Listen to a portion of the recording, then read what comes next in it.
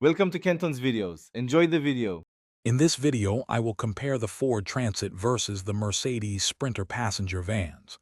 We'll explore their key differences to help you decide which one best suits your needs.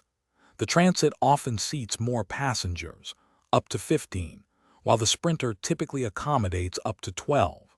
You'll also find a notable difference in their initial purchase prices and available engine choices.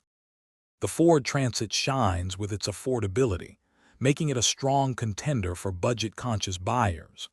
You'll also benefit from Ford's extensive dealership and service network, which means easier maintenance and parts availability across the country. Plus, the Transit offers a wide array of configurations and upfit options, allowing you to tailor it precisely to your specific passenger transport requirements.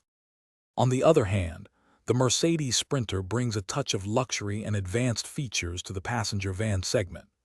Drivers often appreciate its refined ride quality and premium interior finishes. It also boasts impressive fuel economy, especially with its diesel engine options, which can be a significant advantage for high-mileage operations.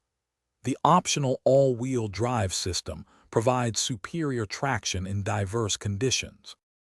Ultimately, choosing between the Ford Transit and Mercedes Sprinter depends on your priorities. If budget and a large passenger capacity are key, the Transit might be your best bet. However, if you prioritize a premium experience, fuel efficiency, and advanced features like all-wheel drive, the Sprinter could be worth the investment.